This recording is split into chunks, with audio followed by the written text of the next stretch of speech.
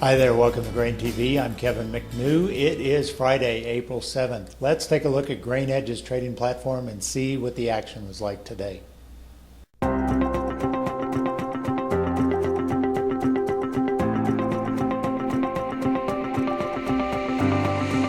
Grains came into Friday with small losses, and the opening bell saw only modest selling pressure, pushing corn down 2 and beans down 3 on the open. With Friday bringing expiration of weekly options, the nearby contracts hung around their respective even prices, showing no general tendency to push the market one way or the other. Going into the close, May beans hung around 940 and corn at 360. Beans were able to find some late session buying strength, but corn held steady. On the close, corn was off 1 3/4, beans up a half, wheat was off 3/4.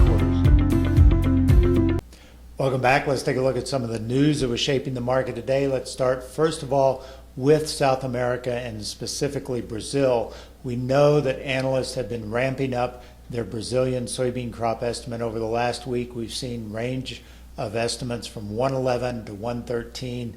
That is well above USDA's latest forecast in March of 108. Keep in mind that the April WASDE report will be released next week, and we already have the poll of analyst estimates. On average, analysts are looking for a 109.8 million metric ton crop out of Brazil. So we have some analysts that are leaning more in the 111 to 112 range.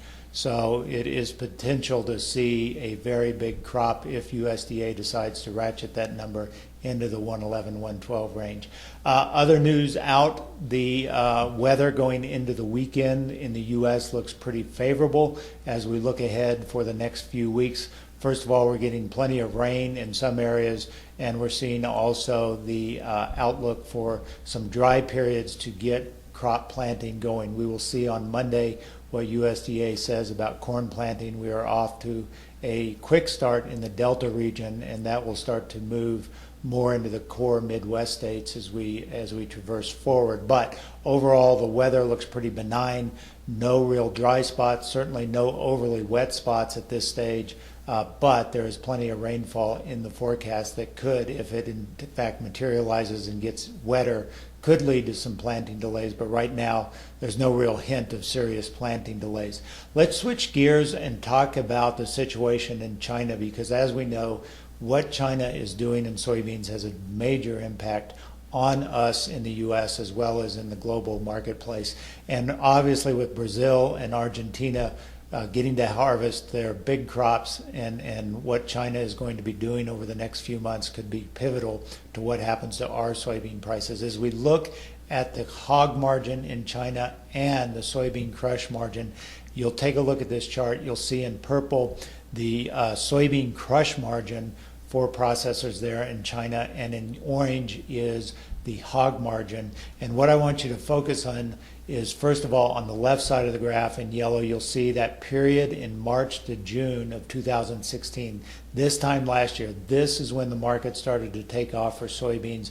We saw a major $3 a bushel rally driven by strong hog margins, driven by strong soybean processing margins in China.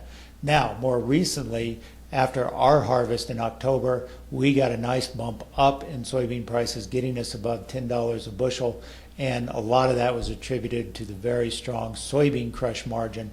But as we look at where we're at today, you can see both of those major indicators are sharply lower, sharply down. Not only in the last few months, but even in the last few weeks, we are starting to see very, very low levels. Soy crush margins, the lowest they've been in 9 months.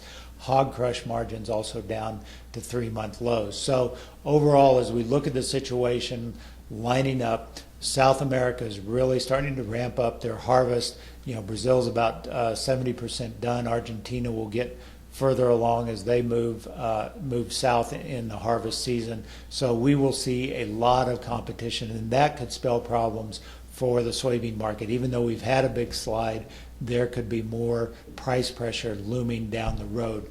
Let's switch gears and talk about basis this week.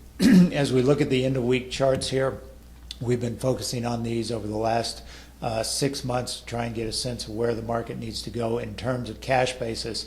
And what we see in the case of corn is the river terminals along the delivery facilities for the Chicago Board of Trade contracts are still lagging sort of where they are normally this time of year. The nice thing is ethanol has been improving over the last few weeks, but the river basis has held fairly held fairly flat actually, and we would expect that basis to improve up to 0 from its current reading of about -8. Now, switch to soybeans, and you'll see an even more dramatic difference between river terminals being around -22, -23, somewhere in that range, versus where they need to be by the end of April and first notice day going into the May contracts, which is around 0. So we have a lot of room up, I think, in this soybean basis, especially if you're tied to a river area where they're going to need to converge to futures. On the soybean side, on the crushing side of the market, we have seen some modest strength here as the soybean market has taken a hit. We've seen meal basis improve slightly, but still very, very low compared to historical norms.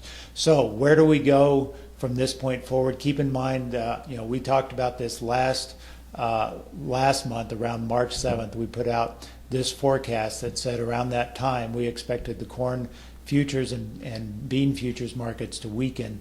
Over that last month period, we did see a slight drop in corn futures, even with the pull up, thanks to the crop report. So we called for a 10 to 20 cent move down in futures on corn.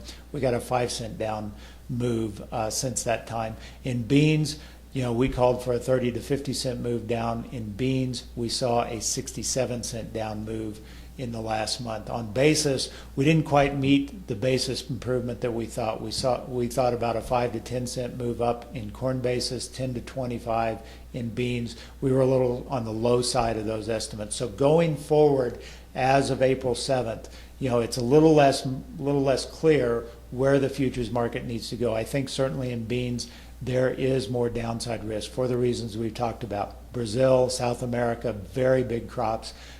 Strong competitor in the next 6 months. China weakening on the demand side. So those two factors lined up with more bean acres in the U.S. suggest that there may still be some more downside risk. I'm not sure it's as big a move as what we saw in the last month, but certainly I think there is some potential pressure going into the next month. On the basis side of the equation, again, I think soybean basis has the most improving to do because of the steep discount we're seeing along river terminals. So in that situation, farmers, it's a really good idea to try and capture that basis improvement.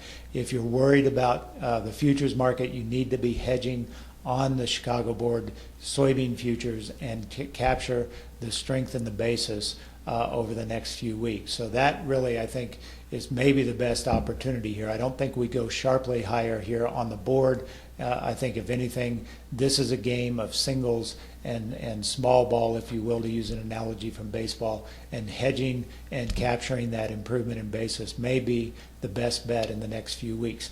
That's all we've got for today on Grain TV. As always, if you'd like to learn more about how we can help you in your own strategies, lower your commission to only $7 a trade, then by all means visit us online at grainhedge.com. Have a great day.